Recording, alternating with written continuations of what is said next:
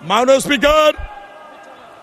Speaker, আজকে এনসিপির এক নেতা বাইরে বক্তৃতায় বলেছেন জুলাই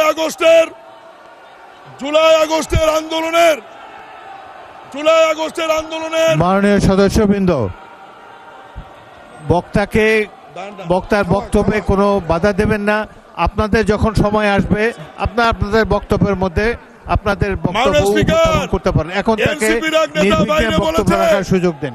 জুলাই আগস্টের আন্দোলনে ছাত্র জনতা খেলেছে আর ট্রফি বিএনপি নিয়ে বসে আছে।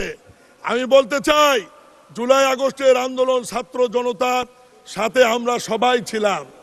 ট্রফি আমরা কারো কাছে নিতে যাইনি।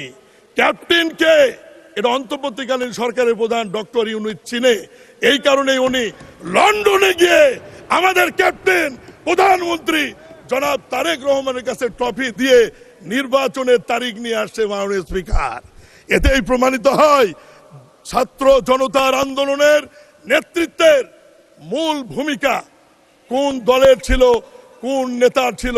আমরা সবাই আন্দোলন করেছি, এটি অস্বীকার করার সুযোগ নাই।